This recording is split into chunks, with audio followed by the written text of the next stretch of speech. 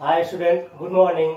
अब आज बात करेंगे अपन कि रैखिक समीकरण को हमने पिछले लेक्चर में क्या पढ़ा था बेटा, क्रैमर नियम से या सारणिक विधि से कैसे सॉल्व करते हैं। अब उसी रैखिक समीकरण को अपन किस विधि से सॉल्व करेंगे, आव्यूह विधि से। उसमें हमने देखा होगा कि आपने रैखिक समीकरण जो दिए थे उसको किस में बदला था, मैंने सारणिक में बदला था। डिटरमिनेंट में चेंज करने के बाद और मैंने del, del one, del two, del three ये निकाला था। फिर इसके बाद हमने एक्स वाई जेड का मान निकाला था। अब यहां से अपन आज बात करूंगा कि उसी रैखिक समीकरण को अपन आव्यूह विधि से कैसे करेंगे। अब जो भी अपने पास होंगे जो रैखिक समीकरण उसको किस में चेंज करूंगा, आव्यूह में चेंज करूंगा। उसके बाद अपन उसको सॉल्व कैसे करेंगे, जैसे मैंने लिखा भी है आव्यूह विधि से रैखिक समीकरण को हल करना।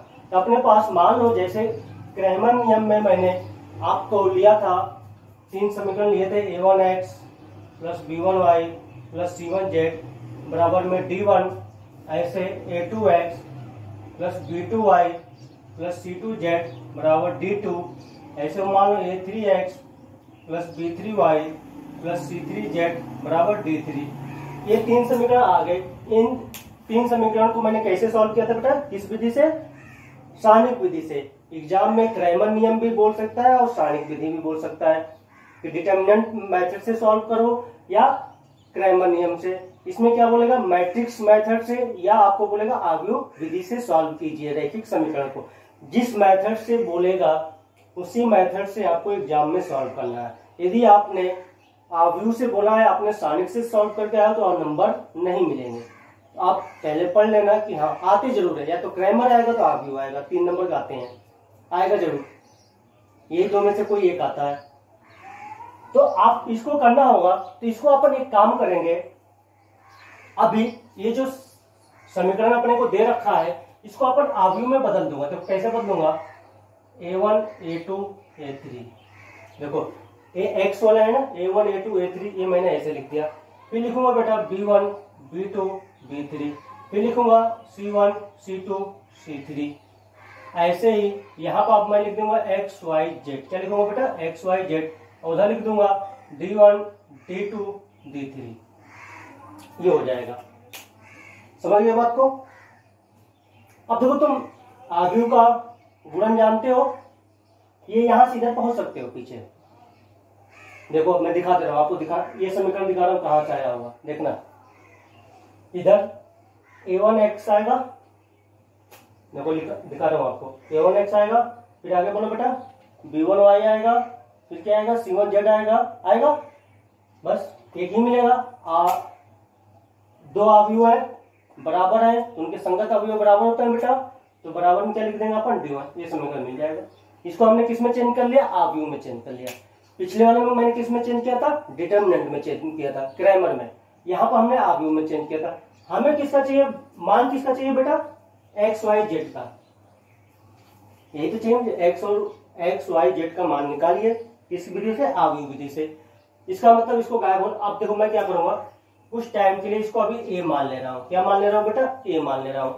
फिर इसके बाद यहां से अपन इसको अभी कैपिटल एक्स मान ले रहा हूं। मान लो एक आव्यूह ए है, कैपिटल एक्स है, और इसको कुछ मान ले रहा हूं, मान लो मैं बी मान ले रहा हूं। क्या मान ले रहा हूं बेटा, बी मान ले रहा हूं। ठीक है, मुझे कैपिटल एक्स का मान चाहिए, एक्स वाई जेड मैंने ये माना हुआ है, ये को ये मान रखा है, और बी को ये माना हुआ है। बात समझ में आ गया। ये कोई मैट्रिक्स है बी, ये कोई मैट्रिक्स कैपिटल एक्स है, एक कोई मैट्रिक्स ए है।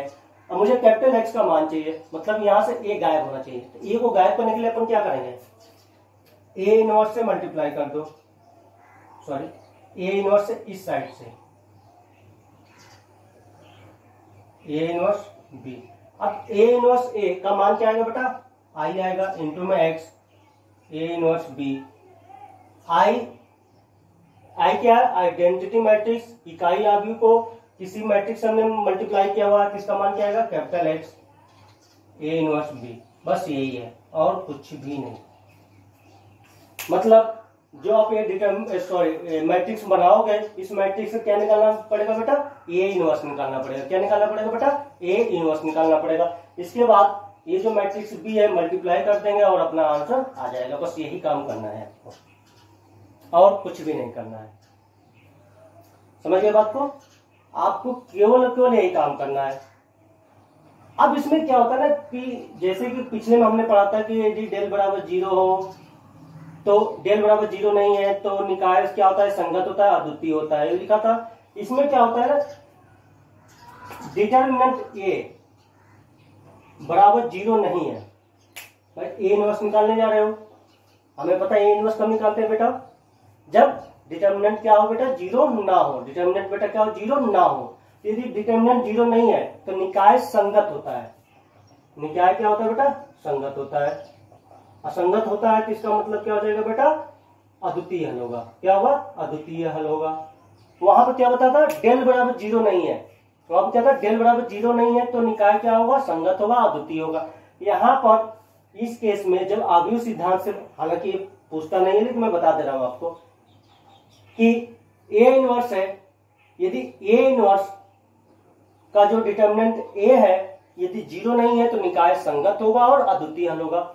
अब निकाय असंगत भी हो सकता है, लेकिन जब कब होगा, यदि आपका डिटर्मिनेंट क्या हो जाए बेटा, 0 हो जाए।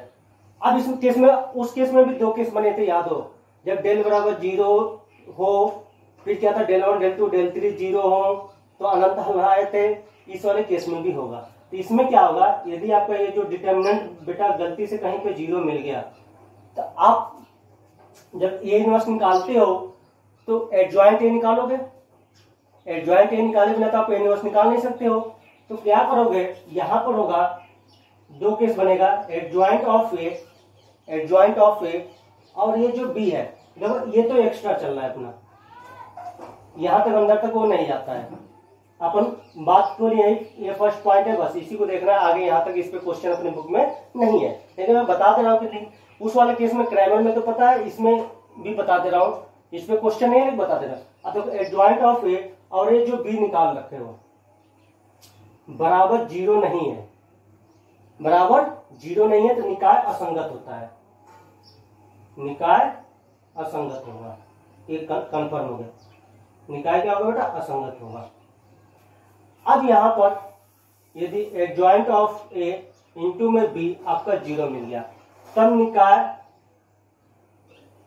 संगत भी हो सकता है और असंगत भी हो सकता है। लिखा था ना उसमें भी, डेल बराबर 0 है, डेल 1 डेल 2 डेल 3 बराबर 0 तो निकाय संगत भी हो सकता है और असंगत भी हो सकता है। तो यदि एडजॉइंट ऑफ ए इंटू में बी इक्वल टू में 0 तो है तो निकाय क्या बन सकता है, संगत भी हो सकता है,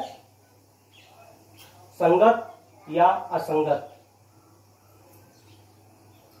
हो सकता है, मतलब दोनों हो सकते हैं, हो सकता है। यदि संगत होगा, यदि संगत है, संगत है, यदि संगत है तो क्या होगा, संगत है तो अनंत हल होंगे। क्या होगा, संगत है तो हल क्या होंगे बेटा, अनंत होंगे, हल अनंत होंगे।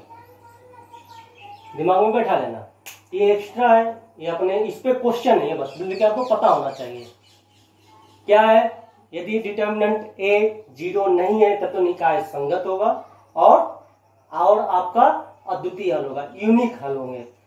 यदि आपका डिटर्मिनेंट ए 0 मिल गया तो वहां पर आप क्या करोगे बेटा, एडजॉइंट ए तो तुमने निकाला ही होगा, क्योंकि ए इनवर्स निकालने जाओगे तो एडजॉइंट ए तो निकालना ही है। एडजॉइंट ए और मैट्रिक्स बी को मल्टीप्लाई करेंगे।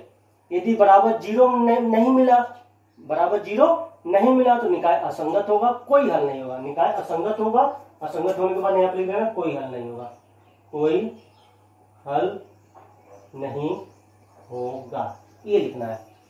अब एडजॉइंट ऑफ ए इंटू में बी आपको मिल गया 0 तो निकाय संगत भी हो सकता है, असंगत भी हो सकता है। यदि संगत होगा तो अनंत हल होंगे, सिंपल सी बात है। ठीक है बेटा, आप इसको नोट कर लेना। मेन तो आपको ये कहानी करनी है। मैंने बोला था बेटा कि ए इनवर्स आपको इस पूरे चैप्टर में निकालना ही है।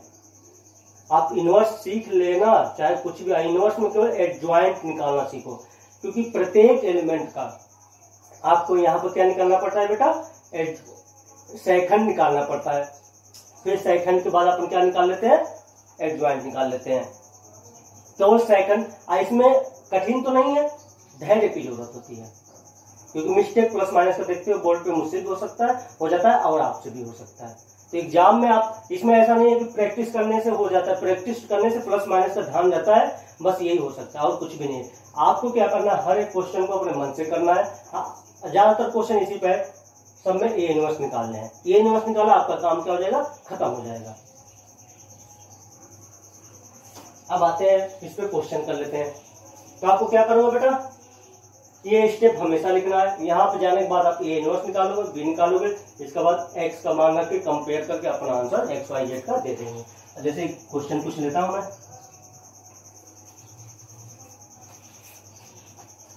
अब बस मेरे तरफ से इस चैप्टर में शायद सारे कॉन्सेप्ट पढ़ा दिए गए हैं आपको।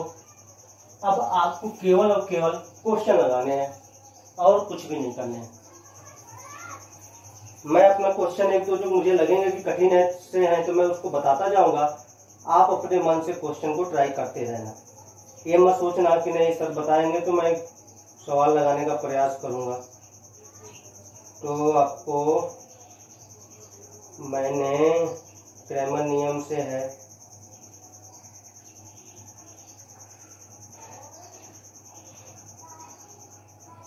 अपने पास एग्जाम्पल नंबर कहाँ तक मैं पहुंचा था,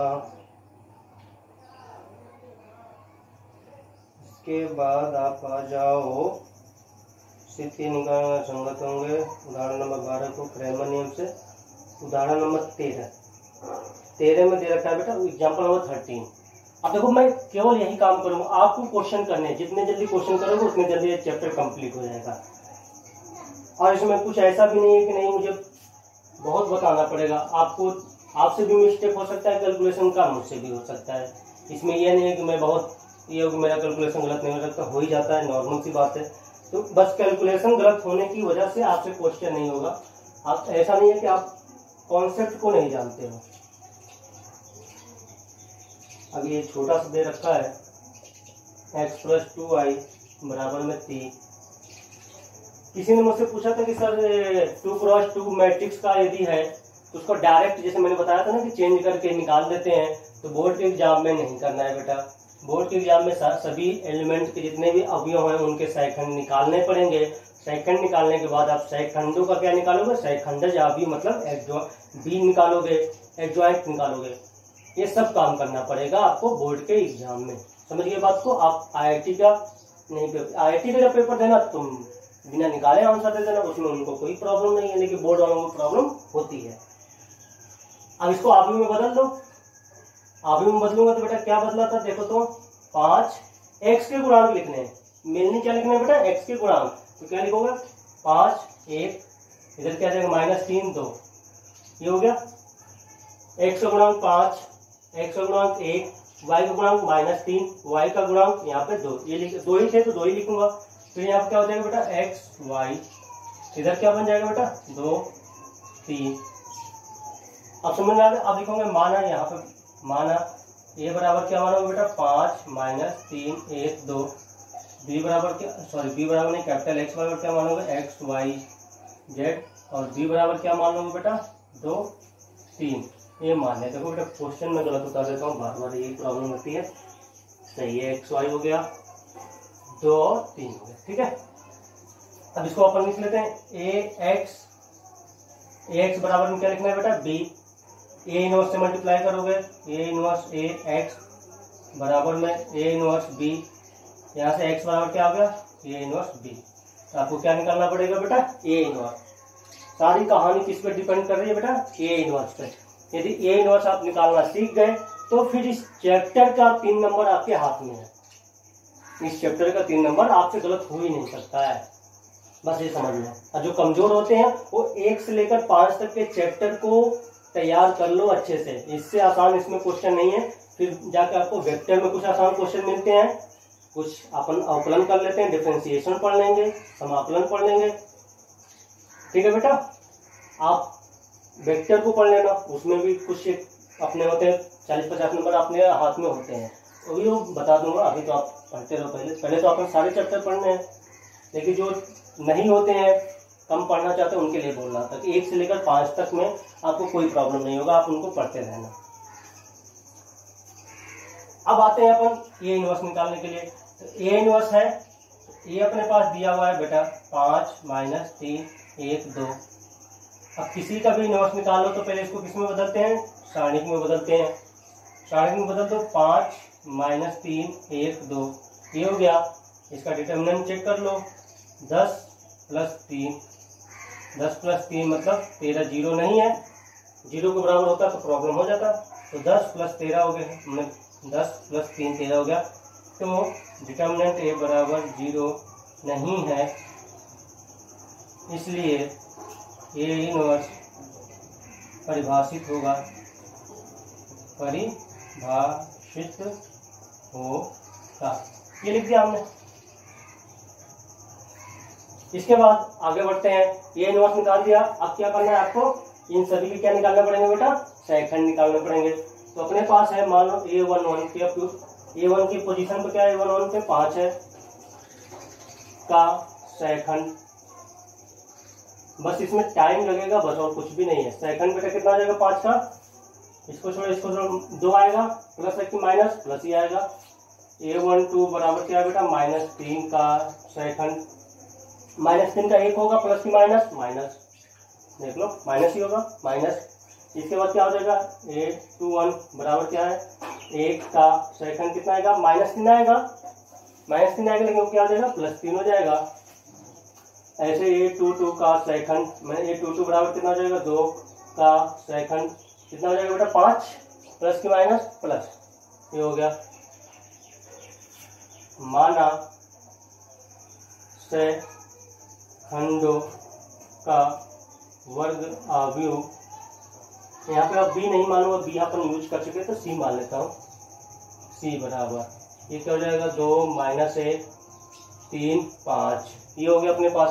इसके बाद अपन क्या करेंगे बेटा, अब लिखोगे ए का सेकंडज अवयव, ए का क्या निकालना है बेटा, सेकंडज अवयव, उसको क्या लिखना है अपन, एडजॉइंट ऑफ ए, तो क्या बन जाएगा, सी का ट्रांसपोज निकालते हैं, ये अपन सब कुछ जानते हैं। 2 - 1 3 5, ये हो गया।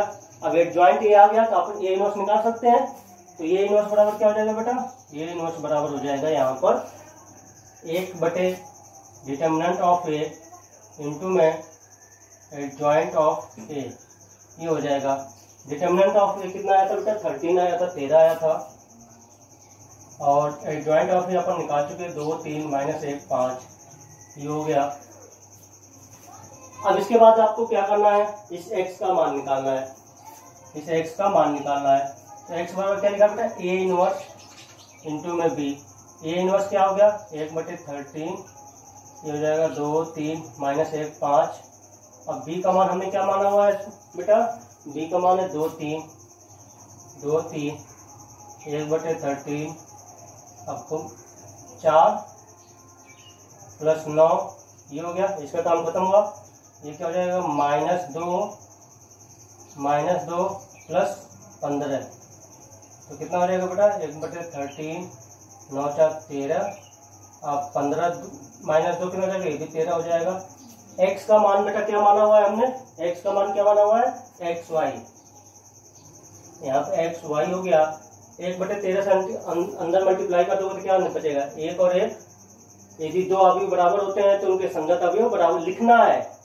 यदि दो अवयव बराबर होते हैं तो उनके संगत अवयव बराबर होते हैं, आपको ये लिखना है। लिखने के बाद कंपेयर कर दो तो x का मान कितना आ गया, 1, y का मान कितना आ गया बेटा, 1 आ गया।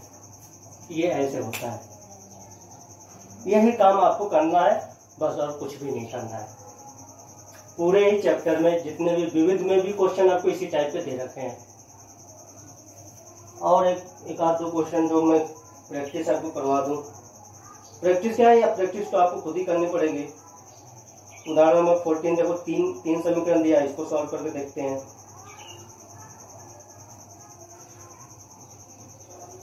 लिख लो।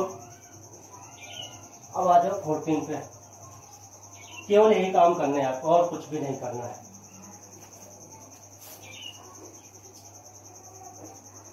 बस धैर्य की जरूरत है बस इसके क्वेश्चन में, तो कहीं से भी कुछ भी मिस्टेक आप कर सकते हो। तो 15 में आपको दे रखा है, यदि ए और बी कौन सा बताना है, 14 बताना है ना। हाँ, इसमें दिया है निम्नलिखित रैखिक को निकाय को आव्यूह रूप में लिखिए। और इसमें कुछ और भी लिखा है, चलो पहले लिख लेते हैं। उनको बोला है, पहले समीकरण लिख लेता हूँ। 2x - y + 3z बराबर 9, x + y + z बराबर में 6, x - y + z बराबर 2। इसने बोला कि इसको आव्यूह रूप में लिखिए, तो अपन तो लिखते ही हैं। इसको सॉल्व करने के लिए जो इनको आव्यूह रूप में लिखा था, यहाँ पर बड़ा सा x y z, फिर ये। इसके बाद इसने बोला है कि यदि a हो तो क्या बोला है, को रूप में लिखिए। यदि a बराबर इतना हो तो a इनवर्स ज्ञात कीजिए तथा समीकरण निकाय को हल कीजिए। इसको आव्यूह रूप में लिखना है, तो आव्यूह रूप में लिख दो बेटा। किस रूप में? आव्यूह रूप में। तो लिखेंगे तो क्या बनेगा बेटा, 2 1 1 -1 1 -1 3 1 1। समझ रहे हो कहां से आ रहे हैं? इस वाले कॉलम में x के गुणांक आए हैं, सेकंड वाले में y के गुणांक आए हैं, और थर्ड वाले में z के गुणांक आए हैं। ये मैंने लिखा हुआ है, गलत ना हो बस यही उम्मीद रखना। गलत हो जाता है तो फिर प्रॉब्लम होता है। फिर इधर क्या लिखते हैं बेटा, x y z, फिर आपको 9 6 2 आव्यूह रूप में दे दिया। उसने एक मैट्रिक्स दिया हुआ है, अपन इसको a बराबर आपको दिया हुआ है, ये दिया है, इसमें a बराबर दिया हुआ है आपको 2 1 1। यहां से इसको नहीं लिख रहा हूं, ये क्वेश्चन में आपको दिया है a बराबर 2 1 1 -1 1 -1 3 1 1। यहां से आपको ए इनवर्स पूछ रहा है। क्या पूछ रहा है बेटा? ए इनवर्स निकालिए। देखो सवाल में ये मुझे ऊपर क्वेश्चन लिख देना, चलो यहाँ पर भी कोई प्रॉब्लम नहीं है। अब ध्यान से सुनना, उसने सवाल में क्या बोला था ये समझ लो पहले। तो सवाल में बोला था एक रैखिक समीकरण ये दे रखा है, ये दिया। फिर बोला यदि ए बराबर इतना हो तो ए इनवर्स निकालिए और निकाय समीकरण को हल कीजिए, ये बोला हुआ है। तो इसमें से अपना ए यही बन रहा है। यहाँ से उसने ए इनवर्स पूछा हुआ है, पहले तो आप क्या पूछा है, ए इनवर्स, तो अपन ए इनवर्स निकाल देते हैं जो पूछा है। यहाँ से ए इनवर्स निकालने के लिए बोला है, तो ए इनवर्स निकालने के लिए इसको किसमें बदलना पड़ेगा, पहले डिटर्मिनेंट में चेंज कर लेते हैं। 2 1 1 -1 1 -1 3 1 1। इसका डिटर्मिनेंट निकालते हैं बेटा।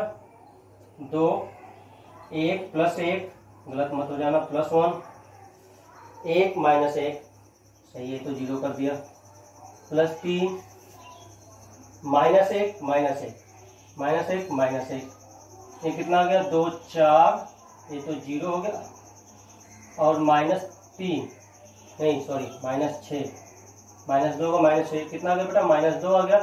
0 पे नहीं है तो ए इनवर्स का अस्तित्व होगा, ए इनवर्स का अस्तित्व होगा। ये अपना हो गया, काम खत्म हो गया इसका। इसके बाद अब क्या करना है, ए इनवर्स का अस्तित्व हो गया, गलत तो नहीं किया, पहले मैं 1 सेकंड चेक कर लूँ। 1 + 1, ये खत्म, 1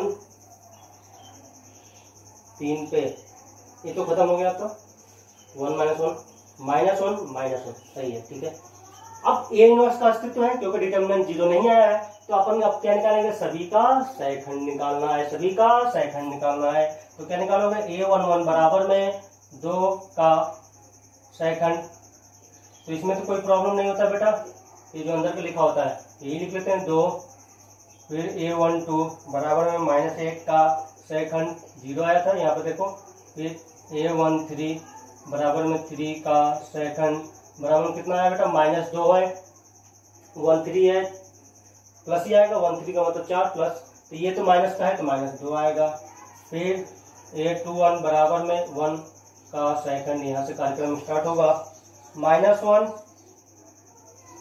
तो इसको बोलना, इसको -1 + 3, -1 +3 -1 +3 मतलब +2, देखिए 2 1 है तो -2, 8 2 2 1 का सेकंड कितना आ जाएगा 2 2 -3, 2 -3 मतलब -1 -1, फिर बन जाएगा 8 2 3 1 का सेकंड, ये क्या बनेगा ये -2 + 1 -2 + 1 -2 + 1 -1 2 3 -1 को भी +1 कर दिया।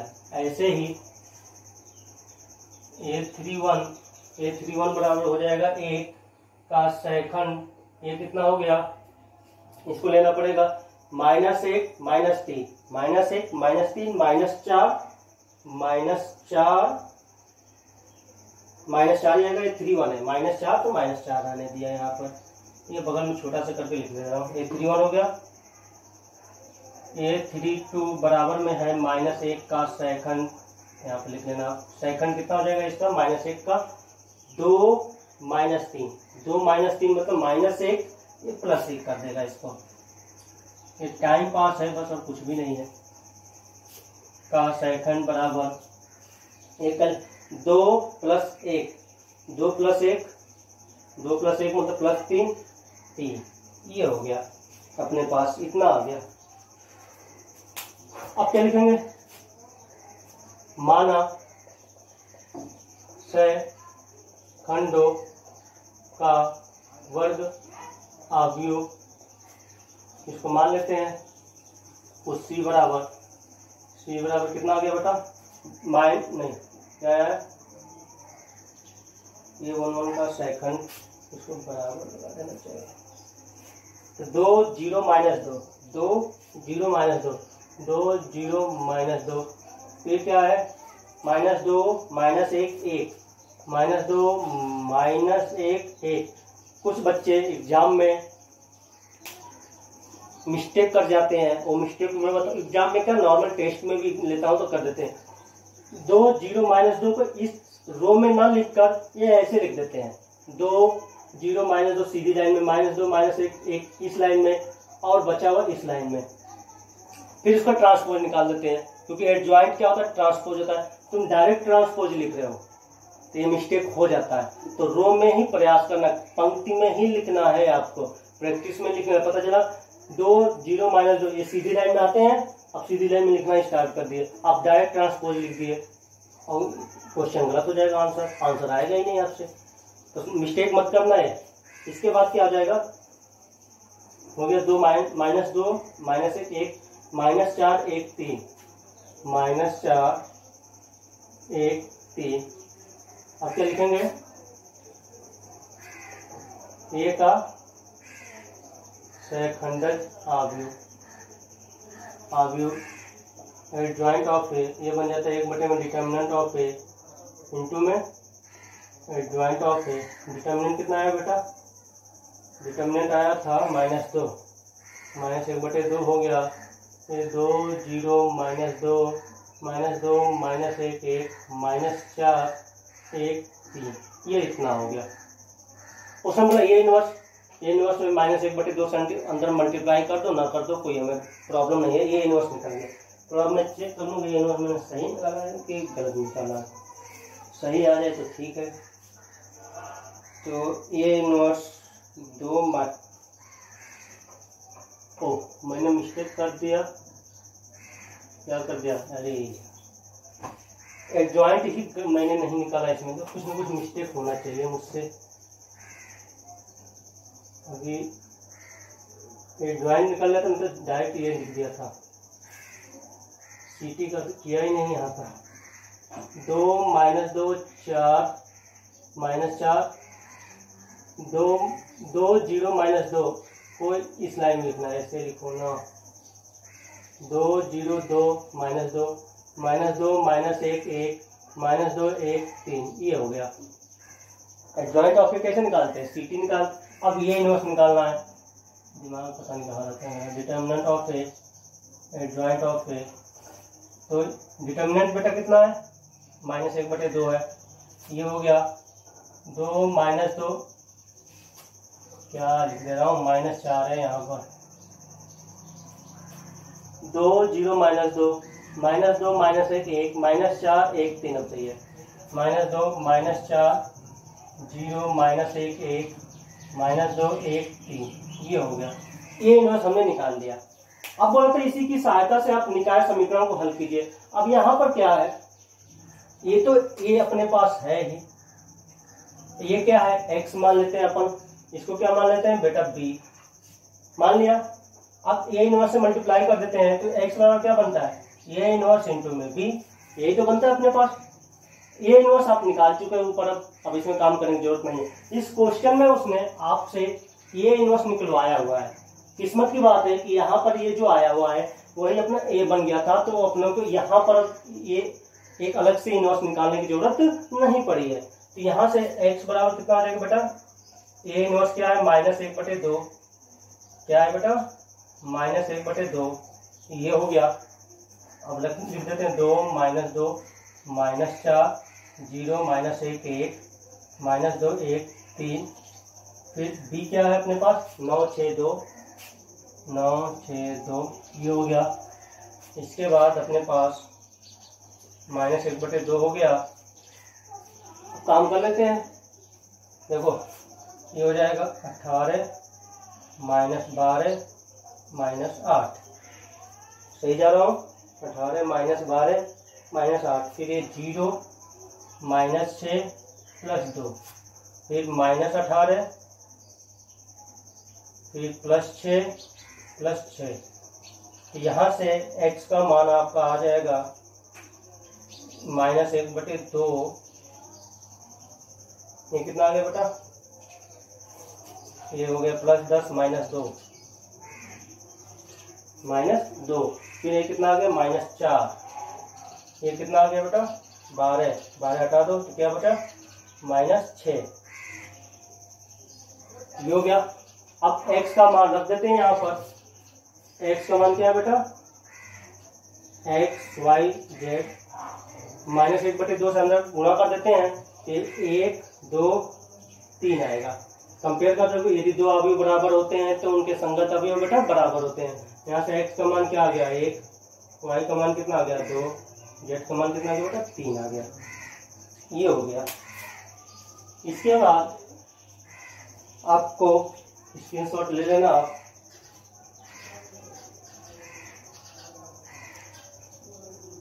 यहाँ से उदाहरण नंबर 15 हो गया, 14 हो गया। 15 में दिया यदि a और तथा b हो तो ab ज्ञात कीजिए तथा इसकी सहायता से निम्नलिखित रैखिक समीकरण को हल कीजिए। 16 को मैं बता दूंगा, 16 के बाद क्या है, 16 के बाद कल मैं 16 बता दूंगा और 15 बता दूंगा। 5.2 को आप ट्राई कर लेना, और कुछ इसके क्वेश्चन मेरे पास मतलब मुझे बताने हैं, इसमें मुझे याद है, उसको मैं बता दूंगा।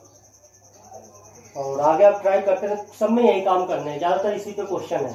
ठीक है बेटा, बाय बाय।